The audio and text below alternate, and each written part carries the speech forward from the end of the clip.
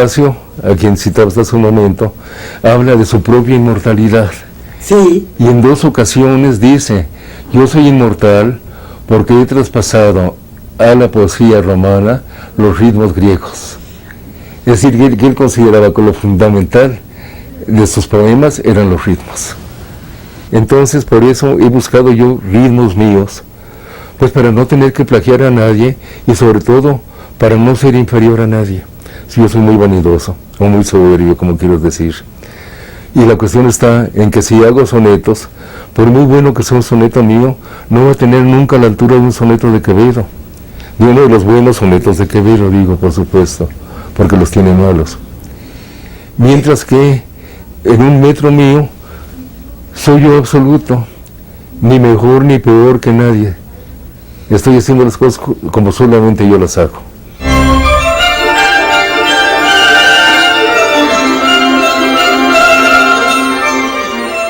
Alguna vez un colega, al hablar de Bonifaz, usó para definirlo el término polifaz. Dice: Bonifaz, ¿qué es polifaz? Y en lo que me queda, recupero ese nombre o recupero esa manera alternativa de referirse a él, porque realmente es un nombre múltiple, es un nombre plural. En todas las universidades del mundo hay grandes académicos y grandes creadores. Toda universidad tiene esa doble vertiente. Sin embargo, creo que pocas universidades del mundo como la nuestra puede enorgullecerse de tener a un académico y a un poeta del nivel de Rubén Bonifaz Nuño. Y ningún maestro me ha enseñado tanto, porque es difícil reunir en una sola persona, encontrar reunidos en una sola persona una inteligencia tan brillante, tan perspicaz, una erudición tan enorme, una memoria prodigiosa y una sensibilidad de poeta. Rubén Bonifaz Nuño es maestro universitario por excelencia. Como afirma el poeta Vicente Quirarte, hablar sobre Rubén Bonifaz Nuño es referirse a las mejores virtudes del género humano. Para nombrar esas virtudes es preciso acudir al reino de sustantivos a los cuales ha otorgado esplendor: la poesía, el humanismo, la universidad. El hombre multifaz, que es a la vez poeta, licenciado, maestro, traductor, filólogo, editor, gerente, coordinador, caballero, nació en Córdoba, Veracruz, el 12 de noviembre de 1923. Lector prematuro, recuerda haber realizado sus primeras lecturas a los 5 años de edad. Esa madre fue la que me enseñó a leer. Yo aprendí a leer, digamos, a los 5 o 6 años. Cuando entré en la escuela primaria yo leía perfectamente ya. Creo que había leído ya algún libro. El primer libro que tuve fue Al Polo Norte, de Emilio Salgari. Me lo regaló un hermano maravilloso que tuve que se llamaba Juan. Recuerdo todavía de memoria algunas partes de ese libro. Provisto de prodigiosa y privilegiada memoria, será capaz de recordar no solo sus lecturas infantiles, sino párrafos completos de aquellos libros que lo entretienen, lo conmueven, lo entusiasman. Tengo el ejemplar de Los Tres Mosqueteros que me regaló ese mismo hermano, y que está fechado en 1934, es decir, cuando yo acababa de cumplir 11 años. En ese tiempo fue cuando leí por primera vez Los Tres Mosqueteros. Digo por primera vez porque lo he leído después muchas veces. En ese libro yo aprendí, entre otras cosas, a encontrar la fuerza moral que me faltaba en ocasiones. Porque narra experiencias humanas que a mí me parecen totalmente ejemplares, que implican una exaltación gloriosa, digamos, del ser humano. Realiza sus estudios en la secundaria número 10 en Mixcoac, donde conoce a otro lector apasionado, Fausto Vega, con quien entabla una amistad imperecedera, misma que continuará en la preparatoria de la Universidad Nacional Autónoma de México. En la preparatoria fuimos alumnos de un profesor extraordinario. Extraordinario no por lo que enseñaba, sino por lo que lo que patrocinaba, lo que impulsaba, que era don Erasmo Castellanos Quinto. El maestro definitivo para mí fue Erasmo Castellanos Quinto. ¿Por qué definitivo? Porque me encaminó derechamente a las letras, obligándome a escribir. ¿Cómo fue eso? El maestro Castellanos Quinto daba 50 minutos de clase teórica y 10 minutos de lo que él llamaba ejercicios, que consistía en que los alumnos subiéramos al estrado junto con él a leer lo que habíamos escrito, que podía ser ensayo, cuento, verso. Había también oradores, pero eso tenía que improvisar. Discurso. Exactamente. A mí, yo me decidí por escribir versos, y entonces mis primeros versos los escribí entonces y los leí en la clase de Castellanos Quinto. Ahí nos encontramos ya con otras personas, con Ricardo Garibay, con Enrique González Casanova, con los dos hermanos Casanova, con Pablo, con Enrique, ¿verdad? Con Galindo, con mucha gente, pero en realidad los que hicimos grupo, fuimos los tres, Garibay, Rubén y yo.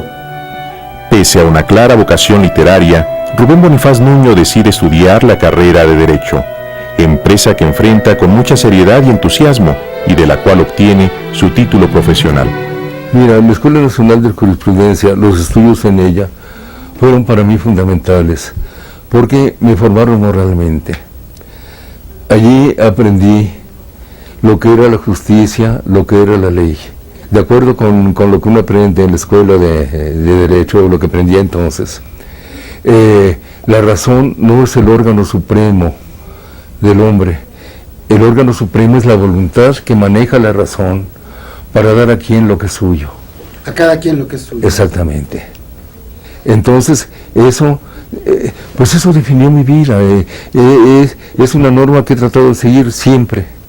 Así la cuestión, y saber que la voluntad es lo supremo. Porque en último término, la razón es una cosa que hay que manejar. Y si no la manejas con la voluntad, ¿con qué la vas a manejar? La voluntad es el instrumento humano que hace útil la razón. Pero no ejerció jamás la carrera propiamente, no hubo ejercicio profesional, ¿verdad? Cuando él, instigado por sus lecturas clásicas, entró a la facultad, conoció a los profesores de griego y de latín, sobre todo al maestro Millares Carlo, al doctor Frangos, ¿verdad? Y se volvió su discípulo inclusive predilecto, ¿verdad? Ahí también el doctor León Portilla le dio clase, ¿verdad? Y se interesó mucho por la poesía latina y comenzaron sus traducciones de Horacio, Ovidio, ¿verdad? Fundamentalmente. La pasión de Rubén Bonifaz Nuño por los clásicos también proviene de sus lecturas infantiles. En ese tiempo, también en mi casa había muy pocos libros, pero entre esos pocos libros estaban los de la serie de libros verdes de Vasconcelos, donde estaban entre otros la Ilíada y la Odisea. Entonces, guiado por mi necesidad de leer, tomé aquellos libros y me di cuenta de que eran tan divertidos y tan libros de aventuras como los de Salgari o los de Alejandro Dumas. Y entonces, digamos, bueno, a los 11 años, cuando yo estaba en sexto año de primaria, recitaba de corrido párrafos de la Ilíada. Lo conocí cuando era el licenciado Bonifaz Nuño, era el año de 1956, si no me equivoco, y yo entré a dar el curso de primer año de latín como suplente del que había sido mi maestro, el doctor Bolaño, y como suplente estaba obligada a seguir un programa del maestro titular. Me lo encontré en la lista de clase y realmente me impuso, porque era un alumno sumamente serio, sumamente dedicado, que me daba la impresión de que sabía 18 veces más que yo, y me daba terror que me preguntara nada. estaba yo en uno de mis accesos de soledad y todo lo demás, tendría yo mis 30 años, y me inscribí en la Facultad de Filosofía y Letras con el maestro Amancio Bolaño. El maestro Bolaño ese año tuvo sabático y se fue a disfrutarlo a Italia y dejó en su lugar a una alumna óptima que tenía entonces, Amparo Gaos, en aquel tiempo a sus 18 o 19 años, y ella empezó a darnos la clase. Entonces, naturalmente me atrajo mucho más la clase de Amparo que la clase de Amancio. Cuando terminó el año, le pedí a Amparo que hiciéramos una antología de poesía latina, que hicimos entre los dos. ¿Y que se publicó? Se publicó, exactamente. Entonces allí empecé yo a estudiar latín, digamos, en serio. Después, el poeta Juan Rejano, para mí de gratísima memoria, fue muy amigo mío, hablando con mi hermano Alberto, le dijo, es que esta antología la hicieron Rubén y la señorita Gaos. Claro que la que sabe latín es la señorita Gaos. Y eso a mí me molestó un poquito, y entonces me puse a estudiar latín, yo por mi cuenta. El trabajar con Rubén Bonifaz ha sido para mí más formativo que todos los cursos que llevé en la facultad o que he tomado posteriormente. Ha traducido 22 obras de clásicos grecolatinos, la mayoría de las cuales han sido publicadas en la Biblioteca Scriptorum Grecorum et Romanorum Mexicana, una de las colecciones más relevantes de nuestra máxima casa de estudios. En el terreno del latín, digamos, de la tradición latina, él enfatizó algo que yo como lingüista aprecio enormemente, que es el respeto al texto, la literalidad. Un texto es múltiple. Las lecturas de un texto son, se puede decir, abiertas. Entonces, cuando el asunto es poner un texto que fue escrito en una lengua frente a los ojos de otros, en otra lengua, cada quien puede querer dejar su huella y hacer la interpretación y jugar con el texto y entre los múltiples sentidos escoger uno. Bonifaz tenía e incitaba a sus estudiantes como meta la literalidad, el apego máximo. Y Rubén se dedicó ahí sí con mucho tesón y mucho interés y mucha pasión que no puso en los estudios jurídicos. Ahí puso interés y puso dedicación, pero no pasión. Él entiende muy bien su derecho, lo maneja muy bien, su memoria le ayuda extraordinariamente, pero no es un jurista, no se ha dedicado a eso. Tal vez si se hubiera dedicado lo fuera, pero no se dedicó a eso. Entonces le atrajo más quedarse en la facultad.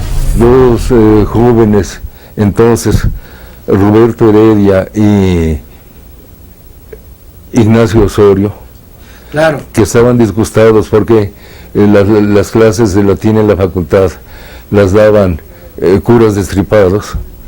Quisieron que les diera clase yo, que era laico, y entonces movieron las cosas universitarias de tal manera que el director de la facultad, Francisco Larroyo, me invitó a que les diera clase de latín. Después, en la clase de latín, en uno de los años, tuve como discípula a Cristina Barros Valero, hija del rector Javier Barros Sierra. Cuando Barros Sierra llegó a la rectoría, me nombró mi coordinador de humanidades. En esa coordinación, yo ya sabía latín en ese tiempo, entonces fundé el Centro de Estudios Clásicos para no tener que buscar en ninguna parte fuera de la universidad traductores para la colección Biblioteca Graecorum et Romanorum Mexicana, sino que los mismos universitarios fuéramos dando los textos para ser publicados en ella. He disfrutado, he saboreado la traducción, el trabajo de traductor que ha efectuado Rubén Bonifaz Nuño, particularmente de Virgilio, tanto las bucólicas como las geórgicas como la Eneida. Una traducción meritísima, una traducción importantísima que constituye un paso un momento dentro de esa cadena de trabajos que nos incorporan a la cultura clásica, Además de sus notables traducciones del latín y del griego, ha escrito 8 obras de interpretación crítica relativas a la cosmogonía del mundo prehispánico, con base en el estudio de su escultura. El sentido de las culturas prehispánicas me vino claramente en la escuela preparatoria. Mi maestro de historia de México, Manuel Sánchez Gavito, nos llevó una mañana al Museo Nacional, que entonces estaba en la calle de Moneda. Sí. Entonces nos llevó por las piezas, nos habló de todo con una ignorancia, ahora me doy cuenta, una ignorancia absoluta de lo que estaba viendo. Pero de cualquier manera me hizo ver las cosas. De tal manera que cuando no tenía yo dinero para el café o para el billar, me iba caminando desde la calle de San Ildefonso hasta la calle de Moneda y me metía al museo. En el fondo del museo, frente a la puerta, al fondo del patio, estaba precisamente la Coatlicue. Entonces empecé a ver esa escultura que después he llegado a ver verdaderamente y a saber que es la escultura suprema de la humanidad. Actualmente, el doctor Rubén Bonifaz Nuño dirige el Centro de Estudios para la Descolonización de México, donde se aboca a reconstruir la visión de las antiguas culturas mexicanas sin el crisol colonial con el que han sido pintadas a lo largo de los siglos. En el Calmecac se enseñaban las hazañas de los grandes señores, y en la poesía náhuatl, la que se llama poesía náhuatl, no hay nada que recuerde siquiera a los grandes señores. Todo se reduce a decir que el mundo es triste, que el mundo es un valle de lágrimas y que aquí tenemos que salvarnos por la belleza, por la flor y el canto. Imagínate si una filosofía esteticista hubiera podido crear un pueblo conquistador. No, para nada. Imposible. Por eso he llegado a pensar que no hay tal poesía náhuatl, que es poesía colonial, escrita principalmente por los frailes. Además de todo lo mencionado, don Rubén Bonifaz Nuño es reconocido por su talento poético, expresado principalmente en sus obras Fuego de Pobres, Haz de Oros, Albur de Amor, De otro modo lo mismo y El Tempo de su cuerpo, que lo consagran como uno de los grandes poetas en lengua española. No, mira, lo primero que considero que escribí fueron unos sonetos. Los publiqué, por cierto, inician mi libro, mi colección, De otro modo lo mismo. Se llaman La muerte del ángel. Escribí esos 10 sonetos y los mandé a concurso. El concurso tenía 3 premios.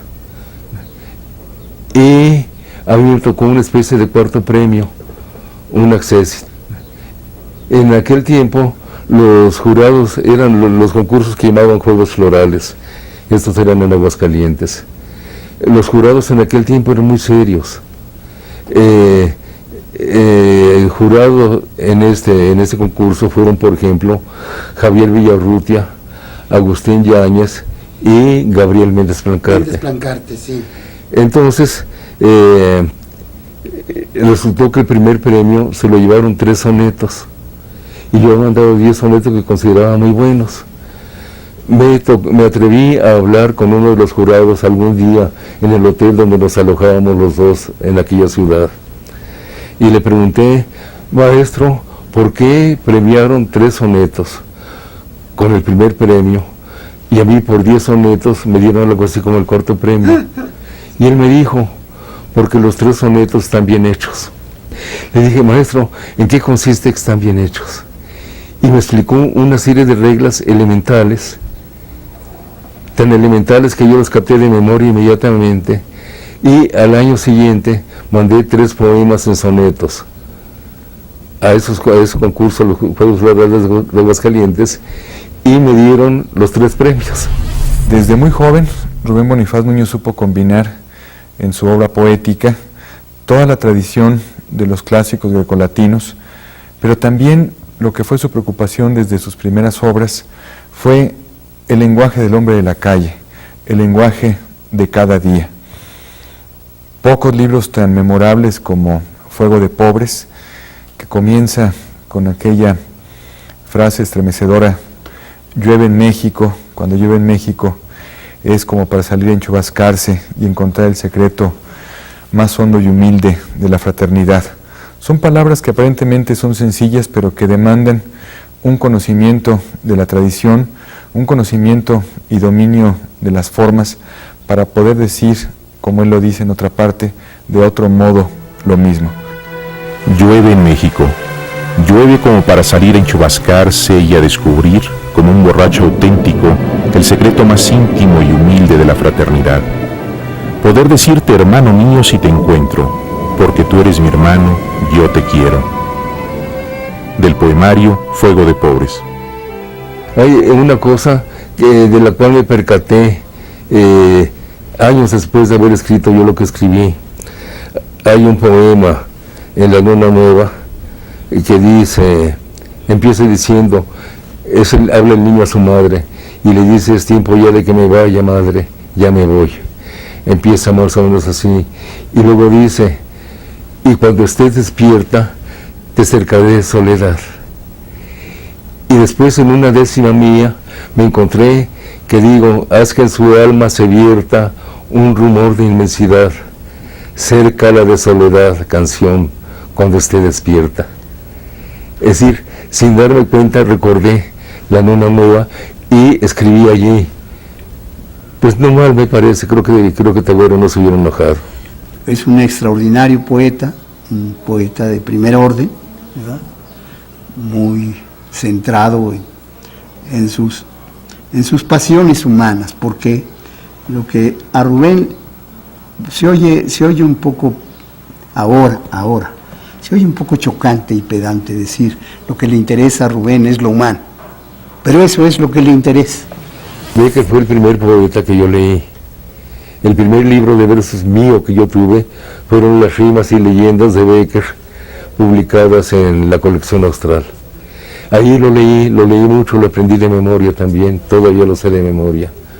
Pero Emilio Uranga me llevó a un tiempo completamente distinto de la poesía. Estaba yo en una ocasión en un barandal de uno de los patios de la escuela preparatoria allá en San Ildefonso, leyendo en un libro de texto, no me acuerdo cuál era, el Canto a Morelos. De Amado Nervo. De Amado Nervo, exactamente. Llegó Emilio y me dijo: ¿qué estás leyendo? Le dije: este poema, que es el mejor poema que se ha escrito en México.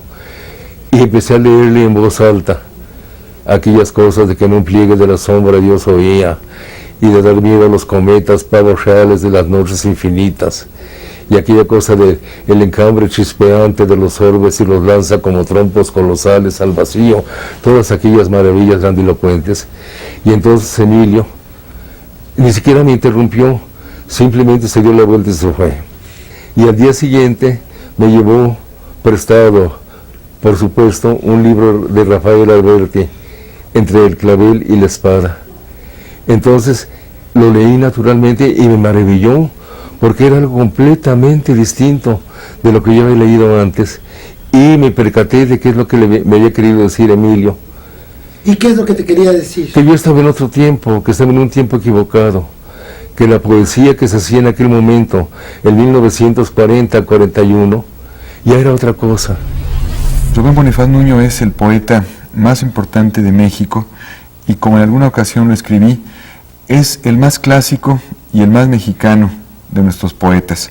Clásico por toda esta vertiente que él conoce, que estudia, que traduce, y mexicano porque ha sabido también interpretar el espíritu de nuestros grandes filósofos de la canción popular, Agustín Lara, José Alfredo Jiménez, de tal manera que en libros como Albur de Amor o Las Trovas del Mar Unido, uno puede encontrar, al mismo tiempo que ecos de la poesía de Catulo o de Virgilio, con los versos de los jaraneros del puerto tres veces heroico, o versos de José Alfredo Jiménez. Y esto, que ha sido causa de varias tesis de la Facultad de Filosofía y Letras, él mismo se enorgullece en afirmarlo, que su tradición, por supuesto, es la clásica, pero que también su preocupación es hablar con las palabras de cada día. Sí, claro, es lo que he pretendido decir, hablar naturalmente. La poesía tiene que ser algo que sea natural, porque si no, no sirve para nada. Desde su ingreso como maestro de latín, ha ocupado diferentes puestos dentro de la UNAM. Desde 1954 como director general de publicaciones hasta coordinador de humanidades de 1966 a 1974. Fue fundador y director del Instituto de Investigaciones Filológicas y miembro de la Junta de Gobierno. Goza también de una vida muy activa fuera de la universidad. Desde 1963 es individuo de número de la Academia Mexicana de la Lengua y miembro de la Academia Latinatate Fovenda de Roma. Y sí, realmente fue un hombre muy poderoso, fue un hombre no solo muy poderoso por las posiciones que ocupó en la universidad, sino fue un hombre muy influyente en la configuración de, digamos, de la concepción cultural de la universidad, por el lado de las humanidades. De mi experiencia personal yo puedo decir con gran orgullo que una hora con Rubén Bonifaz Nuño es como un año en la universidad. Yo le debo la lectura de algunos de mis libros de poemas cuando están todavía en el original, y los consejos, la lectura atenta del poeta Rubén Bonifaz han sido lecciones definitivas. Pues yo creo que es una piedra angular de la universidad. Nuestras generaciones de jóvenes han perdido esa manera de estar en el mundo que él tiene, ¿no? En la universidad he aprendido yo dos nociones clarísimas: el honor y la libertad. Por una parte, saber que lo que estoy haciendo es digno de ser hecho por un hombre. Por otra parte, que me den la posibilidad de hacerlo. Esas dos cosas son las principales que he encontrado para mi trabajo en la universidad. A veces alguien me dice: ¿tú has entregado tu vida a la universidad? Y les digo: no, señores, yo toda mi vida he aprovechado la universidad. He utilizado todo lo que la universidad me ha dado, y por eso puedo decir que la universidad me ha hecho.